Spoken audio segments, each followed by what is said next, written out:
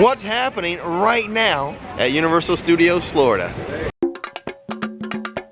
Hey, what's going on everybody? Rick here, and let's step inside this theme park and answer that question. Mardi Gras ends this Sunday, so I will live stream the parade one last time Saturday night, so be sure to tune in for that.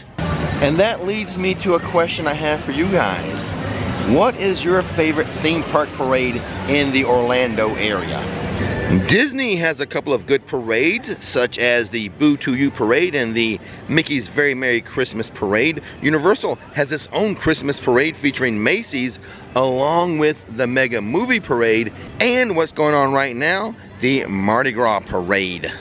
My favorite parade is the Mardi Gras parade. It is super fun. Now that I told you mine, you tell me yours in the comment section below. I had a little bit of a problem scanning into the park today, as the last time I scanned in, I wasn't wearing my sunglasses. Today I am wearing my sunglasses, and it didn't like that, so I had to pull up my park ticket. So just be aware the facial recognition scanners are sensitive to sunglasses or no sunglasses. I guess I'm gonna have to wear my sunglasses at night. Who's walking down Hollywood Boulevard? Mystery Inc. is. Just a few more days to see Scooby in his Mardi Gras attire. Someone just recently asked me a question in the comment section of one of the videos. What crepes are at Central Park Crepes currently? I can answer that. Central Park Crepes currently has a seasonal crepe, duck a la orange, and then 2 sweet crepes. The lemon blueberry, which I think the person was asking about specifically, and the strawberry hazelnut. The seasonal one is about to change real soon. I am 99% sure that these construction walls here in Central Park has to do with the sensational nighttime fountain projection show. As you can see, they have the water drained down to reveal the entire fountain show platform. So apparently they are getting that ready to reopen soon, that nighttime sensational fountain show. Will the drones also return for that show? Unknown as of right now. Not much happens here at the media center most of the year, but primarily during the summertime is when it's the busiest, and they will bring in people into the media center and have them preview and give feedback on new upcoming TV shows. The last time I screened a show, and it's been a while, was for the NBC TV show Manifest, and it was a pretty cool experience. They had me hooked up to all these wires, like tracking my heart rate. They would track my eyes to see which actor or actresses I was focused in on the most. Oh, it was pretty cool. The last time I was in DreamWorks land, they did not have one of the splash pads going. Let's see if they do today. And it looks like it's fully operational again. It's working just fine. Although, up on this platform here, I'll zoom in a little bit so you can see a little better. There's like water cannons. I've never ever seen those in use. Until now, that is, as I was looking up there, a kid came by and he tried to squirt me with one. And they do work, but he missed. No need to run the cooling misters today. Kind of a mild day temperature wise, not super hot. Plus we have a little bit of cloud coverage protecting us from the sun.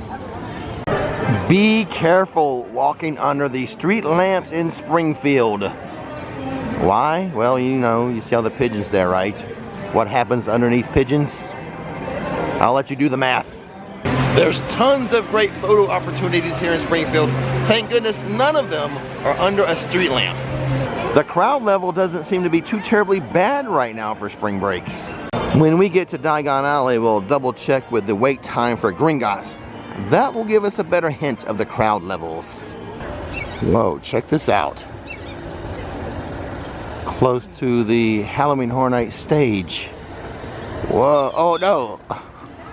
Let's see a bird fight. Beautiful. Bunch of crows just chased it off. Correction, a murder of crows just chased it off. Universal still working on this entrance into London. And speaking of London, and now its facade, I can confirm, see this section right here that's a little bit discolored? There was a sign for the leaky cauldron there. It's gone now. This beverage cart is offering ice cream, organic cider, Samuel Smith, another Samuel Smith, nut brown ale. Anyone watching ever had nut brown ale? Oh, and also Coors. The wait time for Gringotts is a moderate, wait for it,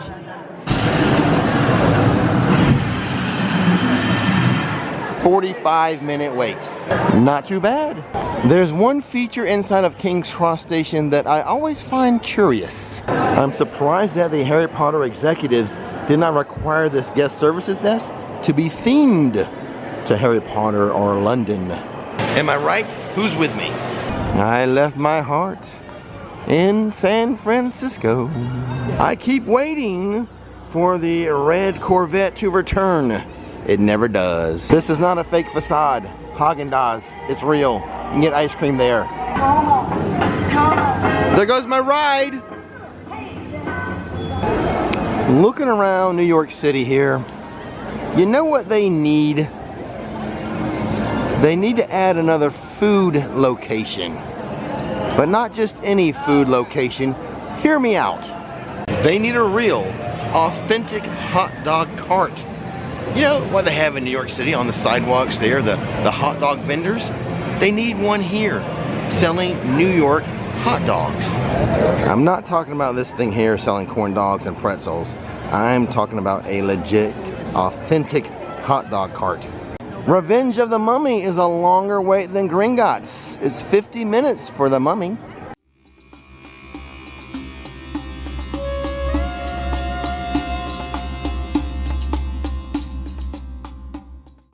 One last Mardi Gras concert. That's going to be March 29th, TLC. I bet a big crowd will show up for that one. Come early September, I will ride Rip Ride Rocket one last time. Minions is a 45-minute wait, and Minions is a 20-minute wait.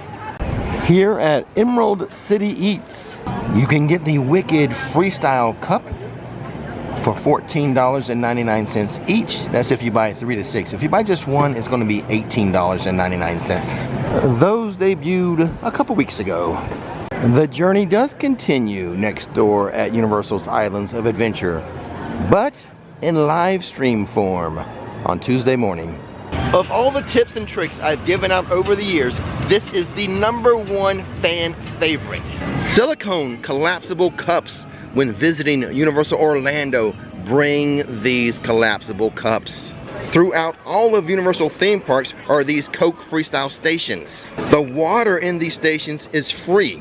You don't need the Coke Freestyle cups to get ice and water out of these stations. Just use one of these collapsible cups. To buy bottled water in the theme parks could cost you up to $6 per bottle.